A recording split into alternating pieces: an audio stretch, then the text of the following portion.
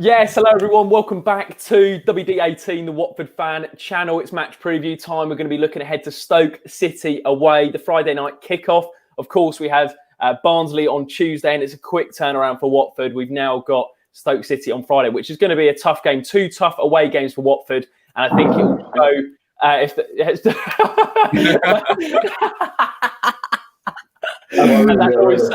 you what, Elliot, that noise sums up the nerves of me going into this game. Sam, first off, how are you doing?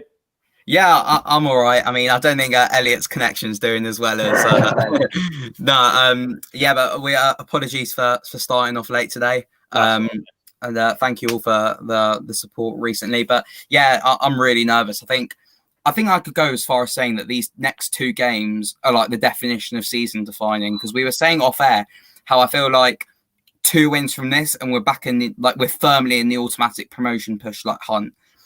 4 points, all right, that's okay. I'd say anything less than 4 points and we'll have to be happy with securing playoffs, and I think automatics will be gone. So it's an absolutely massive few days coming up for Watford. Elliot, you were at the game on Tuesday night. First off, how was the experience? You've been to a couple of games now. What was it like being back at Vicarage Road on Tuesday? I love it. I always love it. That was my 3rd time now since the 3-0 win against Liverpool, and every time it's just amazing. They're really good at catering to everyone there, and then I think I've got 3 wins out of 3, so that's also a bonus. And it's just I don't want to make people feel jealous in any way, but yeah, it's just amazing, really, really amazing. And the game the other day as well was really entertaining. I never know whether it's entertaining just for me because I'm there, or whether the game actually itself is good because I'm just sort of taking it in at the same time. But fantastic game. Elliot, just to elaborate on that, what did you make of Watford's performance on Tuesday? It was a really weird one, wasn't it? Because on the one hand, I actually think we deserved to win 3 or 4-0, but it came to about the 85th minute, and I'm going to be honest, I was nervous. I was nervous that we were going to maybe Barnsley didn't have one shot at the game. When Corley Woodrow went down in the area, I was thinking, here we go again. But yeah, Elliot, what did you make of Watford's performance on Tuesday night? I thought it was fantastic. I saw people say at half-time that it was the best first half that we've had this season, so I'm glad that I wasn't alone in being probably quite happy with the performance. But yeah, I thought it was fantastic. I thought it was very direct from both teams. There's a lot of long balls being played. I know the Barnsley manager, Valerian Ismail, said after the game that he was happy that he forced Watford to play long balls and forced us to play the way we did. But it felt like at some points the midfield was just completely irrelevant because it was just defence to attack. And then it was only looking back on the game when I thought of what Will Hughes and Tom Cleverley did during the game that I realised that there was actually some play in the midfield. And yeah, I was really happy with the performance overall. And although it was nerve-wracking, I didn't actually feel too bad going into the end of the game. I sort of felt like we were going to win it no matter what. It was weird, but yeah. Yeah. Sam, did you feel comfortable with the performance? Because I have to say, it was a good performance, I thought, from Watford. I don't think the scoreline reflected how we played, personally. We were positive after the game, but obviously an instant reaction, you're very hyped up about the result. But when you took a step back from it, for me, I thought, Watford deserved that, and they probably deserved to win that 3 or 4-0. The big negative for me is we're not taking our chances. Was that the same for you? Yeah, I mean, we did the live straight after and I was buzzing, and I still am. I thought it was an absolutely brilliant performance. I thought it was the best performance so far this season, and I still think that. But against the same old problems, not taking our chances, we should have won 3 or 4-0, if we're being honest. Barnsley didn't really threaten us. I know there were some nervy moments, but on the whole, I thought the performance was fantastic. And the main thing that I criticised Cisco for was the game management in general, because I thought it was very similar to Ivic, that we'd go 1-0 up and then we just sit back for the rest of the game. Like in the Norwich game, I thought we arguably got away with it. In the Swansea game, we saw it came back to bite us. And Man United, it was kind of a free hit. But in general, I thought it was much better from Cisco, the fact that we carried on looking to go forward and attack and not just sit back when we scored. And in the last 10 minutes, I thought we saw the game out really well, except for that, near scare from Corley Woodrow. We kept the ball in the corner. We won fouls. Obviously, Pedro and Sarr got in a bit of an argument with their defenders. Yeah. It was just really, really good game management. So I'm so happy with the performance still. Yeah, it was a big result, wasn't it? I think we said before going into the game, Watford needed to get all 3 points, and it didn't really matter how we did it. But I tell you what, it was a good performance, I thought, and it gives us a bit of confidence going into 2 really difficult away games at Stoke and Millwall. Elliot, before we get into Cisco's press conference and have a little chat about that, thank you to all of you who are watching at the moment. If you do go on to enjoy the video, please do leave a like on the stream. It's massively appreciated. And let us know, of course, your comments in the section below. And don't forget to subscribe to WD18. We'll be back for a match reaction tomorrow evening after the Stoke game, hopefully after a Watford win. Elliot, the key points from Cisco's press conference, I have to say, before we get into it, it was brilliant. I think, to be fair, Elliot, I'll go as far as say, I reckon Cisco's favourite reporter is probably you. I think it's pretty much. Elliot, watch this space. Elliot is going to get signed up by Watford and by Cisco's backroom staff. But what did he say in today's press conference, mate? Well, a lot of it was covered in the article that went up just before, which was about injury news and everything like that. So there wasn't much to speak of in that respect. I think that's something that the club wants to do a lot more now. They said they'd do it weekly or fortnightly, where they would release all injury news via the website instead of in the press conference, which gives me a little less work to do, which is good and bad. But the talking points really were the fact that Glenn Murray is going to be training alone, and I think we'll be looking for an exit. I saw earlier rumours linking him to Nottingham Forest, which would make sense because Chris Hughton, big fan of Glenn Murray, he did very well under him at Brighton. And aside from that, there was a lot of enthusiasm about playing away. I think they're trying to make amends of what was a shocking start of the season away from home. So I think it's all about changing our fortunes away. We know we can perform because we do it at home. We're top of the form table at home, and I think in your tweet the other day, Jacob, you said that we're 17th in the away table. So it's a real polar opposite, and we just need to amend the away form. And I think we're real contenders for the automatic spots. But from Cisco's perspective, not much to say from the press conference. Just very positive about going into away games, and 2 finals, I think Adam Messina said, were the next 2 games. I think that's fair, isn't it, Sam? Those 2 games are really important for us. I just wanted to get your thoughts, Sam, on Glenn Murray. As Shane mentions, the man, Hornet Shane, is watching.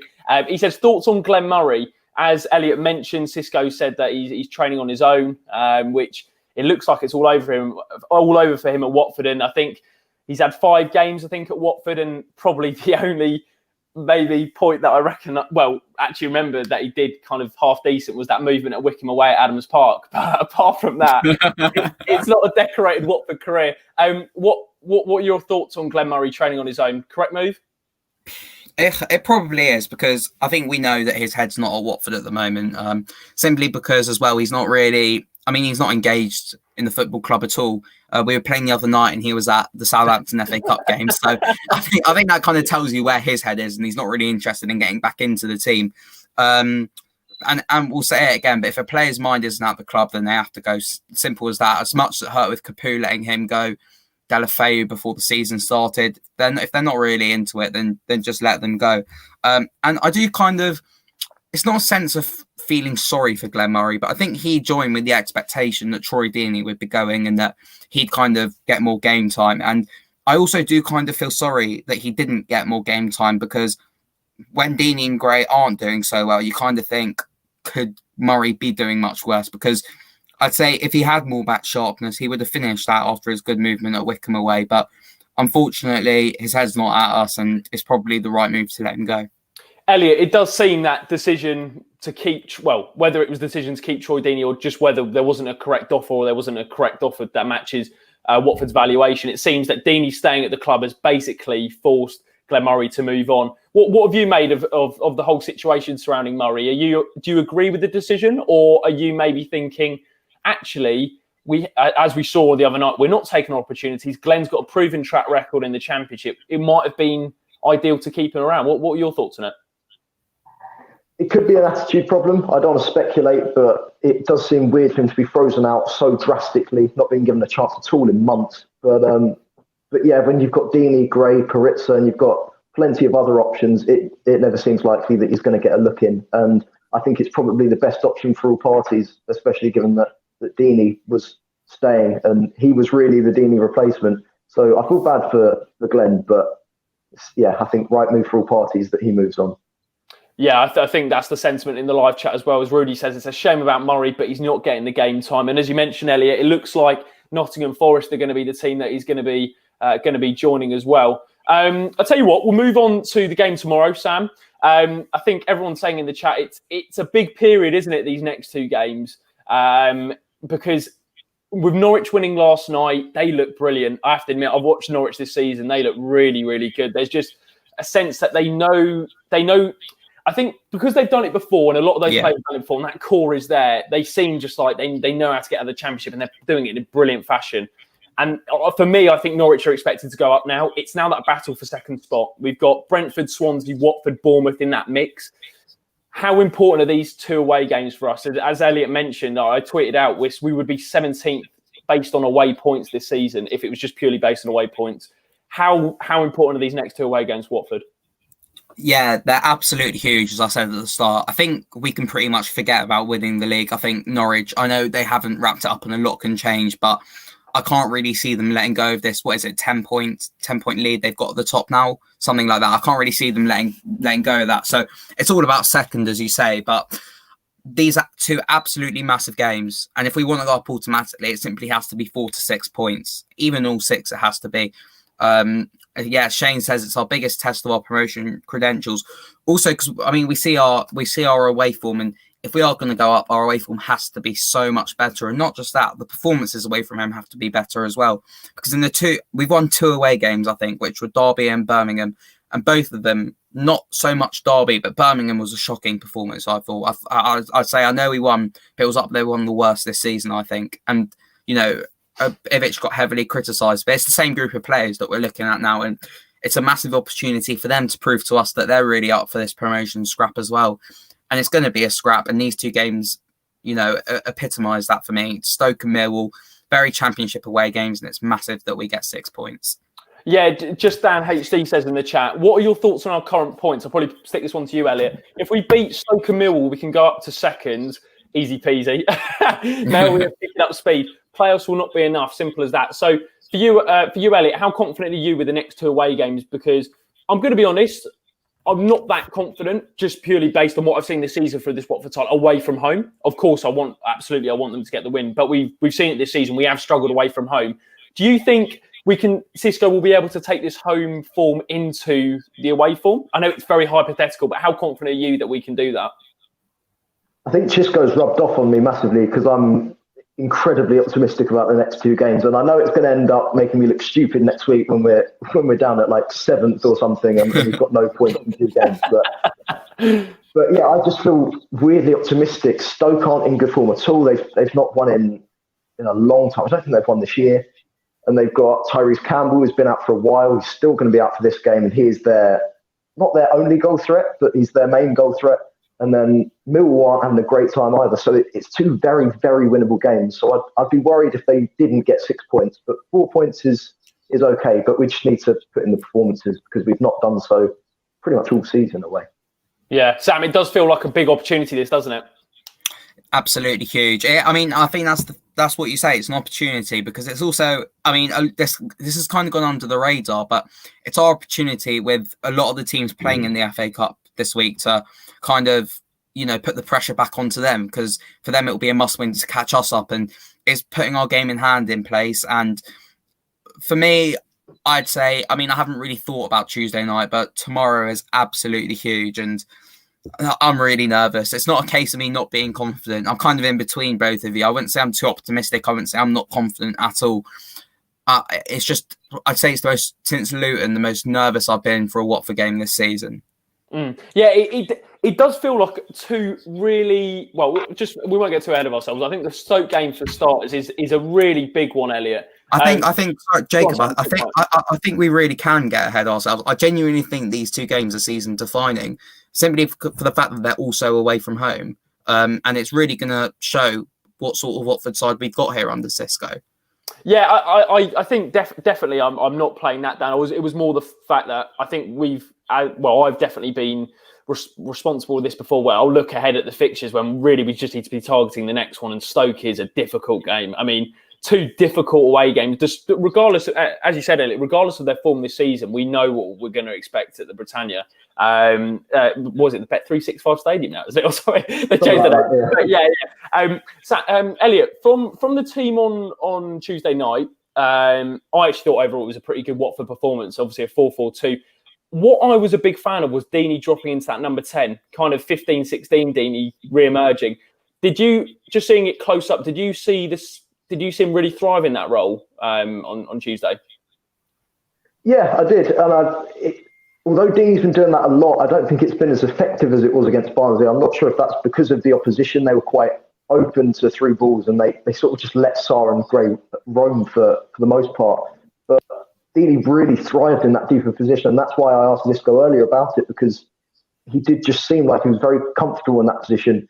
That incredible partnership that we've been told about with Gray seemed to sort of come to fruition a little bit, which I was very happy about. I don't know if it's quite as good as they promised, but yeah, I just think it was a very good Deeney performance, and it's going to be tougher against Millwall. They're more physical, same as Stoke, and they're quite defensive, and we've struggled against quite defensive teams so far, whereas Burnley were very pressing, very attacking.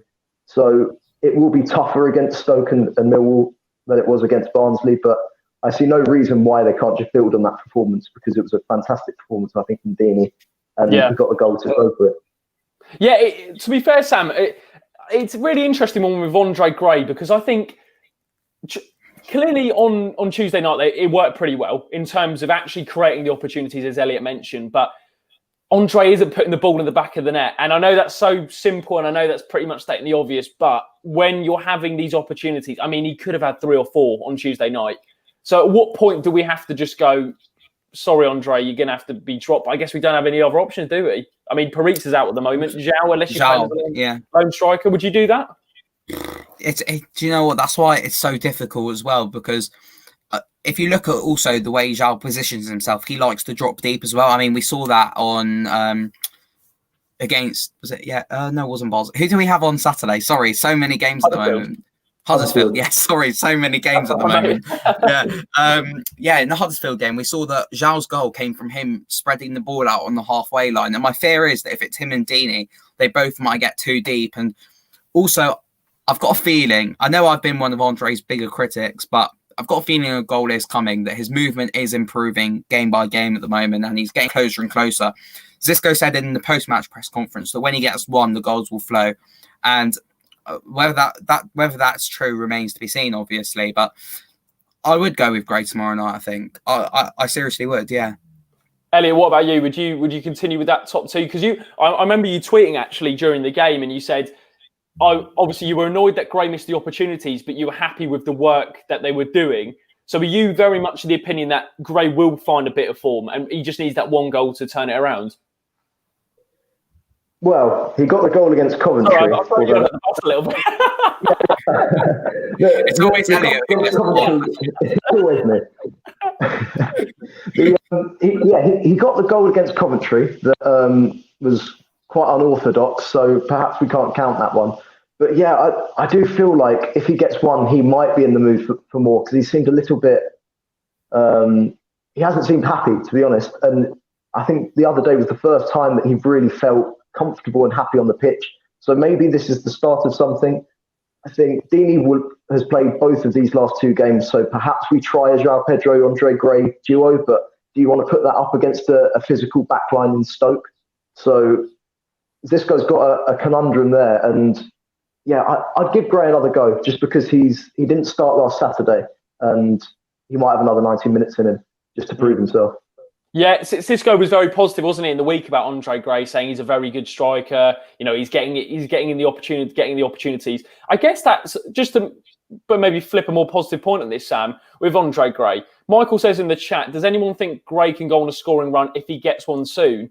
I think a bigger concern for me would be if Gray wasn't getting in the positions, which we've seen before during his time at Watford. We know he actually did. I think it was in the Premier League under Javi. There was times where he did struggle when he was at the start to actually create any opportunities, but off the bench he was pretty good when teams were tiring. Do you, as Michael says, do you think Gray could go on a scoring run if he gets one soon? Just honestly. I don't know. That's genuinely the truth, because I think it's fair to say at Watford we haven't seen the best of Andre Gray. But at the same time, I feel like he's still got something in him. Just every single game at the moment, every single time, it's just something. He just seems to be getting every single game, and it's small steps. And I know the main thing we need from him is to be scoring goals. And I know a lot of people aren't Andre Gray fans, I can see here in the comments section. But I think particularly at times like this, we really should try to back players like him. And I think he's really flourishing with Cisco. I think Cisco's put an arm around him. I think that's pretty evident. I think it's a conscious effort from Cisco to try and get Andre on his good side, and hopefully we can see the best of Andre come soon. But I don't know is the answer to your question. Yeah, it's obviously a really difficult one to answer. Probably a better one would be, Sean mentions it in the chat, Elliot, I'd rather start Zinckernagel at number 10 and play with one striker rather than play Gray. So play Deeney as the lone striker. But I think then, Sean, just to answer on that, you're then taking Deeney out of his best position. I don't know what you think about that, Elliot. Yeah, Deeney thrives when he can play it to someone alongside him. I don't know if Zinckernagel would then go sort of run ahead of him on attacks, or I don't know if that would be how it works, because Zinckernagel was not really used to being, because he would be the furthest forward central player, because Deeney likes to drop deep, and I don't know if he's comfortable doing that. So I think we're a bit harsh on Gray at times. I think people have maybe gotten a bit easier on him after his performance on Tuesday, but yeah, Zinckernagel in the 10 behind Deeney, I'm not sure if that would work. I might be wrong, and I'd love to be wrong, because if it works, then that's brilliant. But I'm not sure that will work with Zinckernagel having to probably be the furthest forward central player. Yeah, we've got a few comments in the chat about Andre Gray. We'll wrap up the conversation on him. It'll be interesting to see if he starts tomorrow night against Stoke. Shane says in the chat, was a year between the Norwich goal last season and the commentary one false dawn. We need a striker that can score, and Gray isn't it. Got another one. Deeney is playing as a 10 now, as Ben says, so I think that's definitely a position that he'll be looking to take up. Sam, just we don't want to go on for too long, but I think what I wanted to mention to you was the Stoke game, and for me, a big positive going into it is Will Hughes coming back into the team. You know, I thought he was absolutely superb in the middle. You know, I think Elliot probably had a better view of it at Vicarage Road, but for me, he just brought a calmness into the midfield. He was playing forward passes. We mentioned in the match reaction, he was positive with the ball. And Darren Bent said it on the Quest show. You know, he's adding that defensive side to his game, as we saw under Pearson. I think, to be fair, that's when it started to be added to his game, because we saw under Javi, he played on the right. Under Pearson, he dropped to a deeper role. And to be fair, Sam, how big of a boost is that to get him into the team and get him playing regularly for Watford? But it's just, I guess the thing is, keeping him fit is the problem. Absolutely massive. And I do think that Will Hughes is going to look back on his career with massive gratitude for Nigel Pearson, for the way that I genuinely think Pearson transformed Will Hughes as a player, because under Javi in particular, he was pushed out onto the right quite a lot and went missing in a lot of games. But he seems to thrive in that kind of deep lying, I want to say kind of free. He's free, I think, on the pitch, and he seems to really enjoy his football, and it's so good to have him back, because, as they said on the Quest analysis, that he's one of the best in the league at doing what he does, and it is so good to see him, and he's going to be absolutely huge. If we want to go up, hope this form continues from him. Yeah, absolutely. Elliot, what did you make of Hughesy on Tuesday night? Seeing him up close, because I'm pretty sure that was his first Championship start of the season. Have I missed the game? I can't think of another time he started. Yeah. What did you make of his first start, Elliot? I just thought he was brilliant. He was absolutely fantastic. I think, going back to what Sam said, I think learning that defensive sort of the tough tackling and the ball winning capabilities that he learned under Pearson, I think that's made him a complete midfielder. I think he had to learn the hard way under Javi Gracia to do more of the attacking work, perhaps play more as part of the team rather than the focal point of the attacking midfield, sort of sitting in the middle. But I think Pearson completely transformed him, like Sam said. And now we're seeing the positives of having a complete midfielder like Hughes, who wins the ball and then he turns over the possession, plays the ball out. We know he's an accomplished passer. We know he can do any of the sort of tough tackling. We saw him put in about 3 slide tackles. And this is someone who's just come back from injury. He's not taking it easy as someone who's just come back from injuries and whatever. But yeah, he's just he is the heart and soul of the midfield. And I actually think I was one of his harshest critics last season because although I thought he did well, I didn't think he was quite as good as everyone was saying. But I think my mind's been changed now. Yeah. Charlotte makes a really good... Sorry, Sam, go on, mate.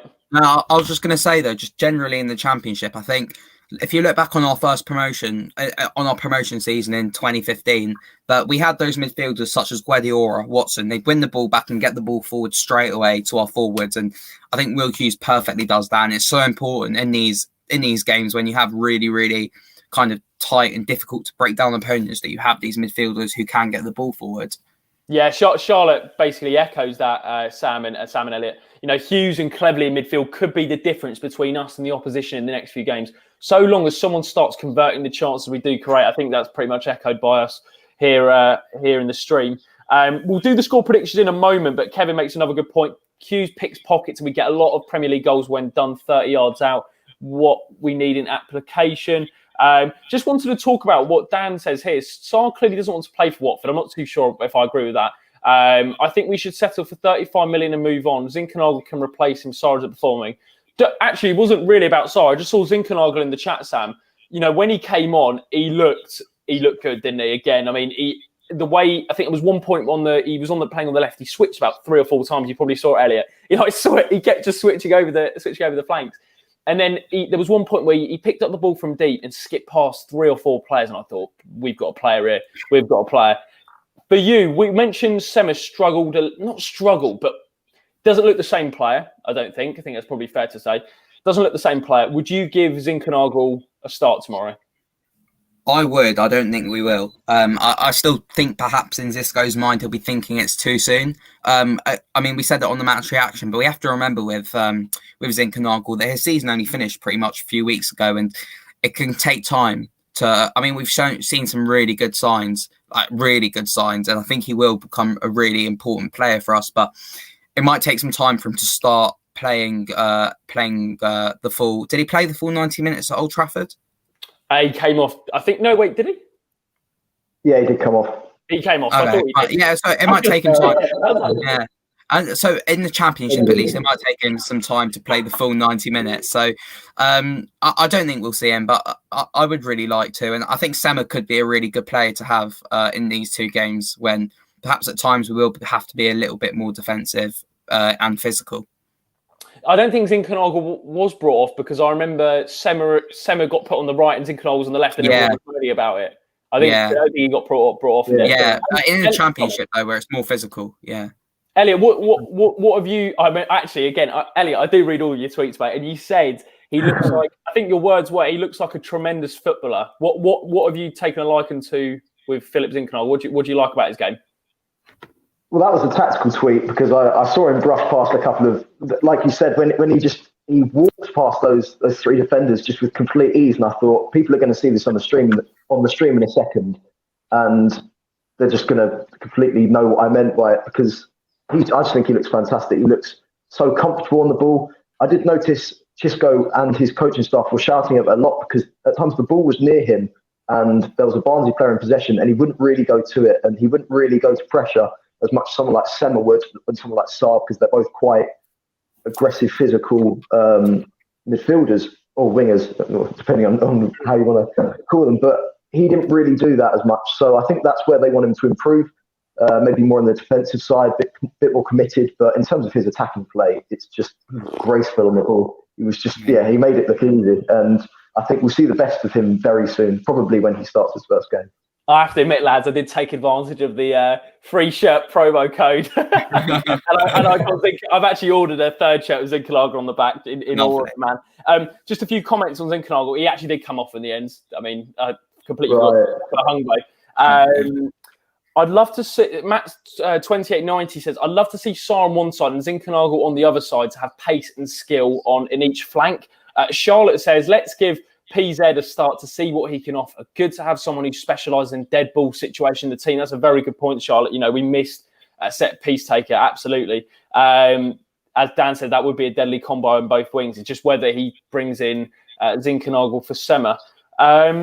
Is there any more comments in the chat? I think that's pretty much it. Frankie, it'd be nice to see Zinckernagel play on the wing with Sarr. Sema, as of yet, doesn't warrant the drop. Agree with that, Sam?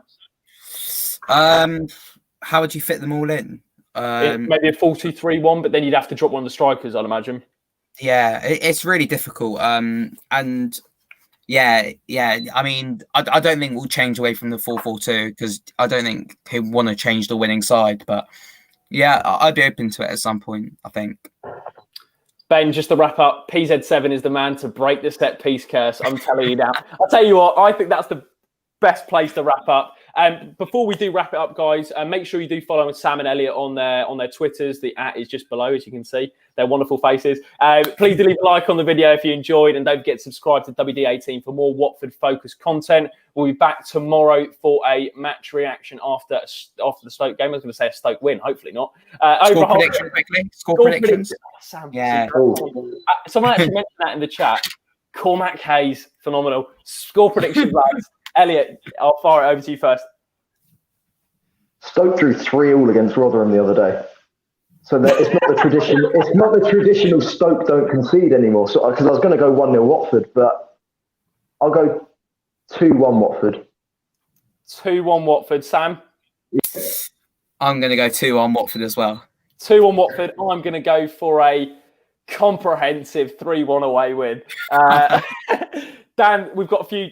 Shane's gone for 2-1. Mr. Blake's gone for 2-0 Watford. Just Dan HD has gone for 4-0 Watford. So confident predictions. Fingers crossed you guys are right in the chat and Watford do get all 3 points. Thank you very much for watching. As I mentioned, please do leave a like on the video if you enjoyed. Don't forget to subscribe to WD18. Turn on your post